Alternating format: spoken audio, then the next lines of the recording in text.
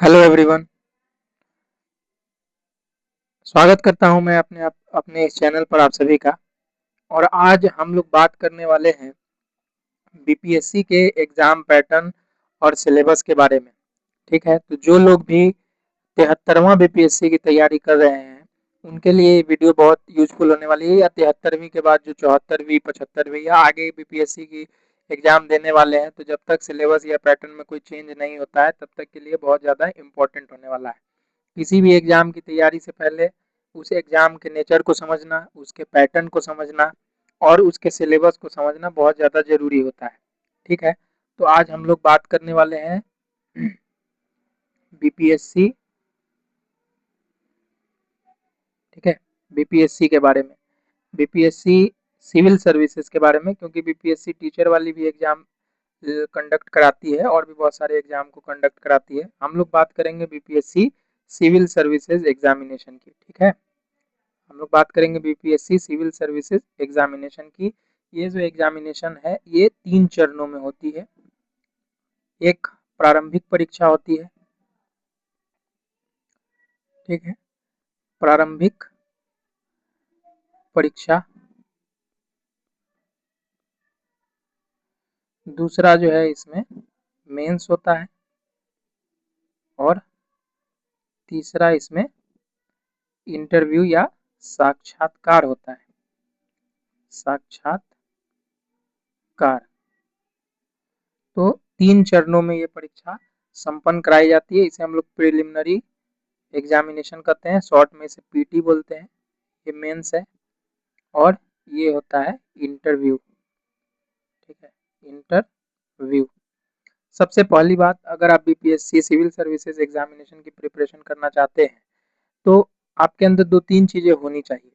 जैसे आपके अंदर पेशेंस होना चाहिए, यानी धैर्य होना चाहिए, क्योंकि ये एग्ज़ाम 1 दिन में 2 दिन में निकलने वाला नहीं है। इसकी एक लंबी प्रक्रिया होती है। चूँकि 3 चरणों में ये परीक्षा आयोजित की जाती है तो कम से कम इसमें इसके प्रोसेस में ही 1.5 साल का समय है। तो आपको कम से कम 2 से 3 से या 4 साल तक का समय आपको लग सकता है। अगर आप बहुत डेडिकेशन के साथ तैयारी करते हैं तो भी आपको 2 साल तो मिनिमम लगेंगे ही लगेंगे। तो पहली चीज़ आपके अंदर पेशेंस होनी चाहिए। दूसरी चीज़ आपके अंदर सब बहुत ज़्यादा मेहनत करने की क्षमता होनी चाहिए, डेडिकेशन होना चाहिए। इन सब चीज़ों की ज़्यादा ज़रूरत होती है। बात अगर हम लोग करें प्रारंभिक परीक्षा की, पीटी की, तो पीटी की परीक्षा जो होती है एक ही पेपर होती है इसमें। ठीक है, एक ही पेपर होता है इसमें और इस एक पेपर में 150 क्वेश्चन यानी 150 क्वेश्चंस होते हैं। ठीक है, और ये बिल्कुल क्वालिफाइंग टाइप का होता है। मतलब इसमें इसके नंबर आपके रिजल्ट में नहीं जुड़ते हैं। बस आप, ये एक प्रथम चरण है, एक पहला स्टेप है जिसे आपको पार करना होता है। इसका कट ऑफ लगभग मतलब कि 100 अप्रॉक्स 90 100 के अप्रॉक्स जाता है। 90 से 100 के अप्रॉक्स जाता है जनरल कैटेगरी के लिए, और अलग अलग कैटेगरी में अलग अलग मतलब कट ऑफ इसके लिए जाते हैं। अगर बात करें हम मेंस की परीक्षा की, तो मेंस की जो परीक्षा होती है उसमें आपको 5 पेपर देने होते हैं। मेंस की परीक्षा में आपको 5 पेपर देने होते हैं। टोटल 5 पेपर्स होते हैं, 5 पेपर्स।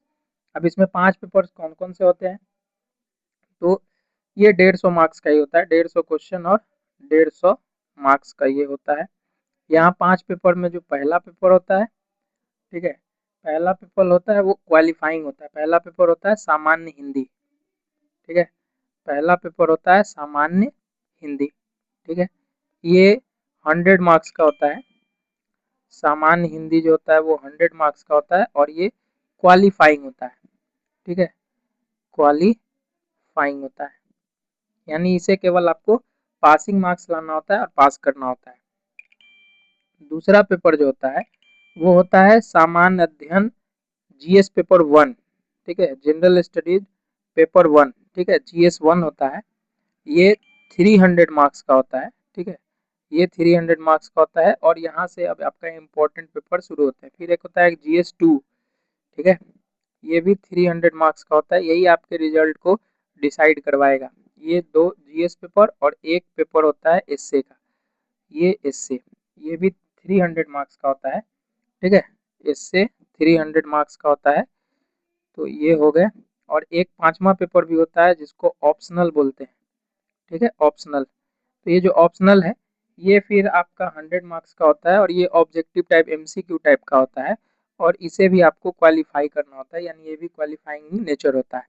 तो मेंस में आपके जो मेन 3 सब्जेक्ट हैं, मेन 3 सब्जेक्ट होने वाले हैं, वो होने वाला है एक आपका जीएस 1, सॉरी 1 मिनट, एक आपका जीएस 1, एक जीएस 2 और एक एसए। ये तीनों डिसाइड करेंगे कि आपका रैंक क्या होगा या आपकी मतलब कि सिलेक्शन की चांसेस क्या-क्या होंगी। ठीक है, इंटरव्यू आपका इंटरव्यू जो होता है वो 120 मार्क्स का होता है। तो ये इंटरव्यू 120 मार्क्स का और ये टोटल 900 मार्क्स यानी 1120 नंबर आपके रिजल्ट को डिसाइड करते हैं। बाकी ये 100 मार्क्स और ये 100 मार्क्स या ये 150 आपके रिजल्ट को डिसाइड नहीं करते हैं, बस ये एक क्वालिफाइंग नेचर के होते हैं जिन्हें आपको क्रॉस करना होता है, पार करना होता है। ठीक है, अब अगर बात करें सिलेबस की, तो बीपीएससी के पीटी और मेंस के सिलेबस में बहुत ज़्यादा डिफरेंस तो नहीं है, मतलब सभी चीज़ें पढ़नी है, लेकिन हाँ लेवल का अंतर आ जाता है। मतलब पीटी में आपको जहाँ पर थोड़ा सा फैक्चुअल इन्फॉर्मेशन ज़्यादा चाहिए, वहाँ पर मेंस में आपको जो है अंडरस्टैंडिंग ज़्यादा चाहिए, समझ ज़्यादा बेहतर होनी चाहिए, सोचने की क्षमता बेहतर होनी चाहिए। और अगर हम बात करें बीपीएससी पीटी के सिलेबस की, ठीक है, अगर हम बात करें पीटी के सिलेबस की, ठीक है, तो पीटी के सिलेबस में क्या-क्या आपको पढ़ने हैं। तो पीटी के सिलेबस में वैसे तो सभी विषय पढ़ने हैं, लेकिन जो मेजर पोर्शन है, तो मेजर पोर्शन में एक मेजर पोर्शन है करंट अफेयर। मतलब आप ऐसा मान सकते हैं कि बिना करंट अफेयर के तो पीटी आपका पार होने वाला है नहीं, और करंट अफेयर मेंस में भी बहुत इंपॉर्टेंट रोल प्ले करता है। तो करंट अफेयर तो हर एग्जाम के लिए बहुत ज़्यादा इंपॉर्टेंट है। करंट अफेयर के लगभग मिनिमम मान के चलिए कि 30 से 35 क्वेश्चंस आते हैं, 30 से 35 क्वेश्चन प्लस, 30-35 क्वेश्चन प्लस आते हैं करंट अफेयर के। दूसरा जो सबसे ज़्यादा दूसरा जो सबसे ज़्यादा इम्पोर्टेंट पोर्शन है वो आता है आपका हिस्ट्री। ठीक है, वो आता है हिस्ट्री। हिस्ट्री के भी लगभग आप मान करके चलिए कि 25 से 30 क्वेश्चंस आते हैं, कभी ज़्यादा भी हो जाते हैं, कभी कम भी हो जाते हैं। और एक इम्पॉर्टेंट पोर्शन है साइंस। साइंस में physics, chemistry, biology, general science जिसे बोलते हैं, इसके भी लगभग 30 प्रश्न आते हैं लगभग। ठीक है, तो और एक आपका मेजर पोर्शन है वो है बिहार स्पेशल। बिहार स्पेशल, यहाँ से लगभग आपको 20 से 25 क्वेश्चंस देखने को मिलेंगे, इससे प्लस जाएगा, इतना ही के बीच में रहेगा। तो 4 मेजर पोर्शन है, करंट अफेयर, हिस्ट्री, साइंस और बिहार स्पेशल। अब जो माइनर पोर्शंस है उसमें आपको जो इम्पोर्टेंट है वो है पॉलिटी। ठीक है, एक आपका है जियोग्राफी, जियोग्राफी। ठीक है, फिर इसमें मतलब इसके लगभग 10 से 15 प्रश्न होते हैं, ज्योग्राफी के लगभग 10 से 15 प्रश्न होते हैं। ठीक है, और इकोनॉमिक्स, इकोनॉमिक्स इकोनॉमिक्स उतना मेजर इम्पोर्टेंट रोल प्ले नहीं कर रहा है पिछले कुछ समय से, लेकिन हाँ इकोनॉमिक्स में जो करंट है वो ज़्यादा पूछ रहा है। इकोनॉमिक्स में अगर आप करंट पर ज़्यादा ध्यान देंगे तो ज़्यादा आपको ध्यान में मतलब ज़्यादा बेटर रहेगा। इसके भी लगभग 10 से 15 प्रश्न देखने को मिल सकते हैं। ठीक है, इसके भी लगभग 10 से 15 प्रश्न देखने को मिल सकते हैं। और फिर मैथ रीजनिंग के 10 प्रश्न रहते हैं, मैथ रीजनिंग के 10 प्रश्न, 15 प्रश्न, 10 के आसपास इसके प्रश्न रहते हैं। तो लगभग यही पूरा का पूरा पीटी का सिलेबस होता है। इसमें से अगर आप मतलब कि 90 प्लस जा रहे हैं तो आप कट ऑफ पार करने के रेंज में आ सकते हैं। ठीक है, जो अभी तक का ट्रेंड रहा है उसके अनुसार मैं ये बता रहा हूँ। और जो सिलेबस है करंट अफेयर या हिस्ट्री, इसमें से कुछ ऐसे सिलेबस है जो आपको मेंस में बहुत ज़्यादा इंपॉर्टेंट रोल प्ले करते हैं। जैसे अगर मैं बात करूँ करंट अफेयर की, तो current affair PT as well as mains में बहुत ज़्यादा इंपॉर्टेंट रोल प्ले करता है। हिस्ट्री पीटी में बहुत इंपॉर्टेंट रोल प्ले कर रहा है और मेंस में भी बहुत इंपॉर्टेंट रोल प्ले कर रहा है, क्योंकि हिस्ट्री का 114 यानी 114 नंबर का मेंस में भी क्वेश्चन आता है। ठीक है, मेंस में एक रोल बढ़ जाता है पॉलिटी का। पॉलिटी का पीटी में उतना इम्पोर्टेंट रोल नहीं है, लेकिन मेंस के पर्पज से पॉलिटी बहुत ज़्यादा इम्पोर्टेंट रोल प्ले करता है। बिहार स्पेशल तो मेंस और प्रीली, चूंकि बिहार का एग्जाम है तो बिहार का तो इम्पोर्टेंस रहेगा ही। और साइंस, साइंस भी बहुत ज़्यादा इम्पोर्टेंट रोल प्ले करता है। तो ये जो है, और ज्योग्राफी और इकोनॉमिक्स, इन दोनों का क्वेश्चन तो साथ में अल्टरनेट करके पूछा जाता है, तो ये भी आपको ध्यान में रखने होंगे। मैथ में डायरेक्ट क्वेश्चन तो नहीं, मतलब स्टैटिक्स पोर्शन से आता है, डीआई और एसआई आता है, डीआई आता है, तो उसे आप देख सकते हैं। तो ये पूरा का पूरा सिलेबस है।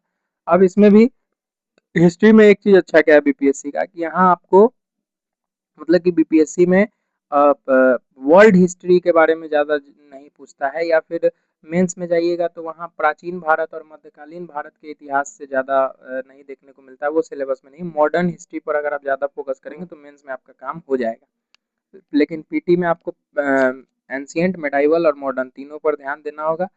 और साइंस में जनरल साइंस है, लेकिन थोड़ा सा गहराई में तो जाकर के क्वेश्चन पूछता है। तो ये पूरी की पूरी सिलेबस है, ये एग्जाम का पैटर्न है।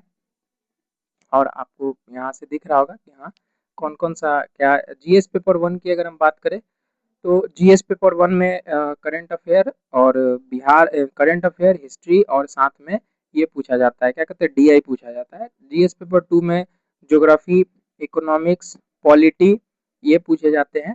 और एससे तो एससे होता है, एससे में भी 3 क्वेश्चन लिखने होते हैं, और मतलब 3 प्रश्नों के जवाब देने होते हैं, 300 मार्क्स का होता है। और ये ऑप्शनल में आप अपने हिसाब से चूज कर सकते हैं। तो ये ओवरऑल हमारा जो भी लोग बीपीएससी सिविल सर्विसेज एग्जामिनेशन की तैयारी करना चाहते हैं उनके लिए एक थोड़ा सा बेसिक नॉलेज है। इस पर आप ध्यान दे सकते हैं और अपने प्रिपरेशन को शुरू कर सकते हैं। देखिए, इस एग्जाम को पास करने के लिए मैंने पहले ही कहा 2-3 चीज़ें होनी चाहिए। डेडिकेशन होना चाहिए, मेहनत होना चाहिए, साथ में आपका जो है वो पेशेंस आपके अंदर होना चाहिए, घर से आपके अंदर घर से सपोर्ट होना चाहिए, और एक अच्छी गाइडेंस की बहुत ज़्यादा ज़रूरत होती है। यहीं पर मैं अपनी बात को समाप्त करता हूँ। अगर मेरी ये वीडियो अच्छी लगी तो ज़रूर आप लोग बताएं, ताकि मैं आगे और भी चीज़ें कर सकूँ, मतलब कि और डिकोड कर सकूँ, कुछ क्वेश्चन प्रैक्टिस करा सकूँ। अगर आप ऐसा चाहते हैं तो प्लीज़ कमेंट करें। Thank you.